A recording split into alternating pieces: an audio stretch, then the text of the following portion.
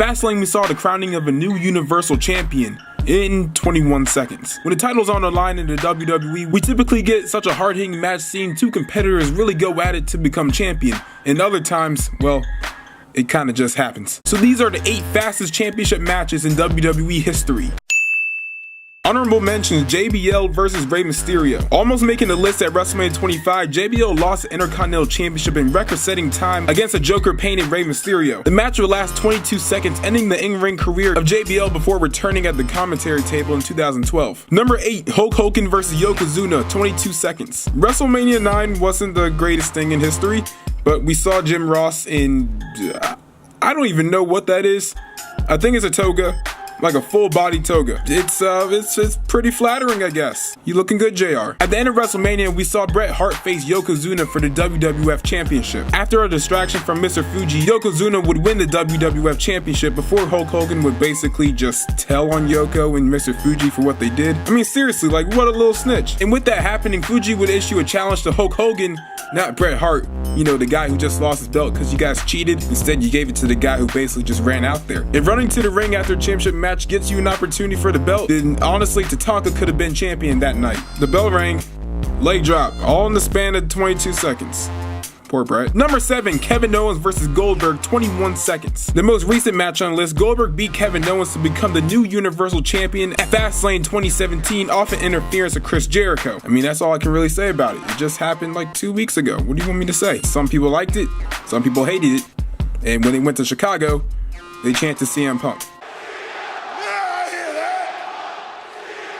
Number 6, the Bolsheviks versus the Hart Foundation, 19 seconds. After winning a #1 contender match, Bret Hart and Jim Neidhart would face the Bolsheviks at WrestleMania 6 for the Tag Team Championships. When they got into the ring, they started singing the Russian national anthem. You know, there's nothing wrong with that. You're patriotic for your country. But you probably shouldn't do that when there's a hairy Canadian coming up behind you. Neidhart would attack Volkov from behind, throwing him over the top rope. The bell rang, and one heart attack later, the Anvil and the Hitman became the Tag Team Champions. All under 20 seconds.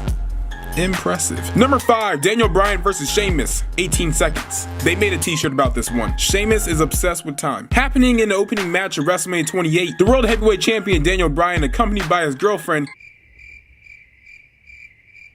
kayfabe girlfriend, AJ Lee, will go one-on-one with the ginger one. But Bryan thought it would be smart to kiss his girlfriend while there's a very angry Irish man staring him down. That's your own fault, bro. He turned, he kicked, he won.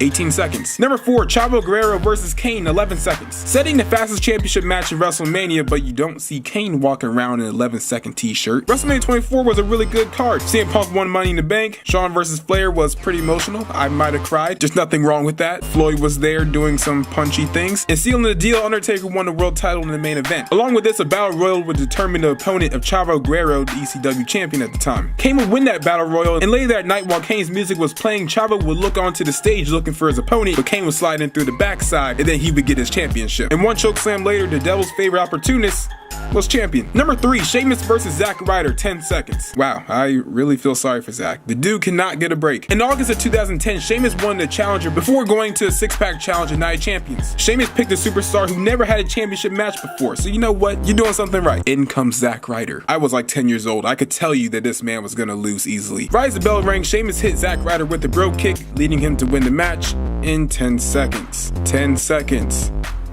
10 seconds. Number 2, Bob Backlund versus Diesel, 8 seconds. On a Saturday Madison Square Garden show, in need for a new #1 contender for Backlund's WWF Championship, Big Daddy Cool would replace Bret Hart because he was temporarily out of action. Backlund, who's seen posed and prepared to chop down the giant, putting him down in his place and put him in a cross-faced chicken wing, would get jackknifed and pinned in 8 seconds. Wow. And number 1, Dolph Ziggler versus Curt Hawkins, 5 seconds. After beating The Miz for the Intercontinental Championship at No Mercy, putting his career on the line, Dolph Ziggler would try to prove to The Miz that he is a fighting champ, having an open title challenge to anyone in the locker room. In comes Curt Hawkins. Honestly, I just feel really sorry for Curt Hawkins. Like, was he signed back to be a jobber? But Curt Hawkins accepted a challenge from Dolph Ziggler, leading to the match for the Intercontinental Championship. The bell rang, he super kicked him, he pinned him.